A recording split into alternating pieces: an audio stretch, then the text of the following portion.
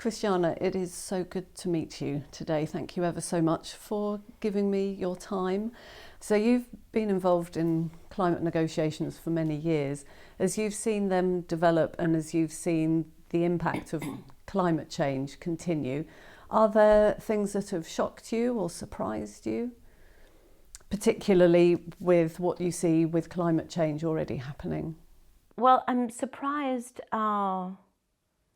actually stupidly surprised, because if we take science seriously, we should be forewarned that the negative impacts of climate change are already and will continue to accelerate. But every time I am more surprised by the speed and scale that we are facing. That is the piece that concerns me, and it concerns me in particular because the gap between what climate change is already doing and what we humans are not doing is only widening. And so I am hugely concerned about that gap. Yeah, and as we think about that gap, one of the things that I write about in the Archbishop of Canterbury's Lent book, in the chapter that this interview is particularly relating to, is the need and the importance to keep within 1.5 degrees of warming. Can you explain why that's so important that we do that? Thousands of climate scientists around the world from 40 different countries did their research and came up in October of 2018 with the groundbreaking report on climate. And that groundbreaking report, I won't recite 180 pages, I will summarize it in 3 sentences. What that report basically says is, if we go to a world that is 2 degrees warmer versus 1.5, we will have killed and exterminated 2 times as many biodiversity species. If we go to a world of 2 degrees versus 1.5, we will destroy 2 times as much infrastructure and economic value around the world. But most importantly, the report says if we go to 2 degrees versus 1.5, we will have 3 times as many people exposed to water scarcity, food insecurity, and temperatures at home that make home uninhabitable. That means forced migration. That means conflict. That means political chaos. And so because of that, because we cannot afford, from a moral perspective, to impose that kind of a pressure on future generations, that is why we, the adults who are at the table today, have the moral responsibility to do everything to put us on track to a maximum temperature of 1.5 and not open the door to 2 degrees. Thank you. Thank you for stating so clearly the implications of the difference between 1.5 and 2 degrees, and particularly thank you for stating so clearly the impact that our climate breakdown is having on people.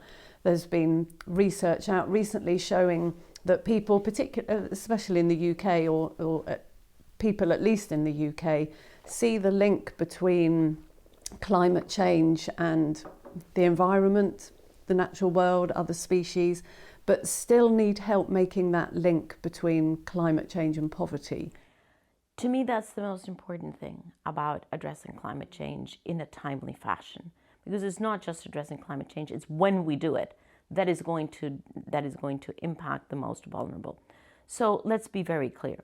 The Industrial Revolution, which is coming to an end now, brought many creature comforts to a sizable part of the population. It also imposed unimaginable levels of poverty on other sizable parts of the population, in particular concentrated in developing countries.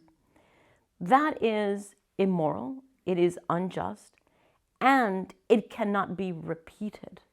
We cannot put the economic development of our society on track to wield even more pressure on those that are already most vulnerable because of their poverty, because of where they live, and because of the lack of resources to mitigate the impacts of climate change. That is the huge moral responsibility that we have. It's not about, for me, it's not about how many gigawatts do we change from coal to renewable energy. For me, addressing climate change is how are we going to protect the most vulnerable? It is not possible that because of the physical impacts of climate change, let's talk about hurricanes, let's talk about flooding, let's talk about drought, let's talk about all of those physical impacts that will obviously impact most the people who live in extreme poverty, whose homes are less secure against all of these impacts, who live in, anyway, the most brittle areas of the world, and who will be left, as I said before, without food, water, and home. And so that, to me, is truly the heart of climate change. That is why I work on climate change, because we have to protect the most vulnerable, and we cannot allow for a second historical injustice to fall upon them. Thank you. So we know we need to keep our emissions, or we know we need to keep warming below 1.5. What do you think are the key areas that we need to focus on to do that? What as a world, as a global community, what do we need to do? Well, the first piece to understand is that we have been increasing our greenhouse gas emissions consistently over the past 50 to 100 years. And we're still continuing, despite the Paris Agreement, despite everyone, on the streets, despite everything that we have done, we're still continuing the increase. So the first thing that we have to do is reverse that trend. The trend currently is toward the increase. This year, 2020, is the critical year for climate change. Not only because we will have the Conference of the Parties at the end of this year in the UK, but because from a global perspective, 2020 is the last year that we can afford to be on the increase of the trajectory of greenhouse gas emissions. We have to reverse that trend, and instead of increasing our emissions, we have to start the descent of emissions unequivocally. And we have to be at half the emissions that we have today by the year 2030. So over this decade that starts in the year 2020 and finishes in 2030, we have to, over that decade, put ourselves in the position of halving our emissions. We are currently emitting as a planet 40 gigatons per year, all of us together. And by 2030, we have to be down at 20 gigatons. If we are not able to halve our emissions over this decade, everything else that is put out there by science and in the Paris Agreement of being at net zero by 2050 is out the door. And 1.5 degrees as a temperature limit is completely out the door.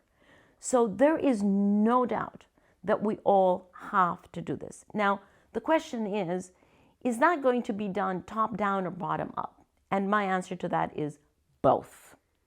It has to be done systemically, so we have to be able to decoal our grids, and the UK has done a brilliant job on that. But we also have to continue to take coal out of the grids, and in particular in Asia, where coal is continuing to increase. And those are systemic changes that have to be done for electricity, for transportation, for finance.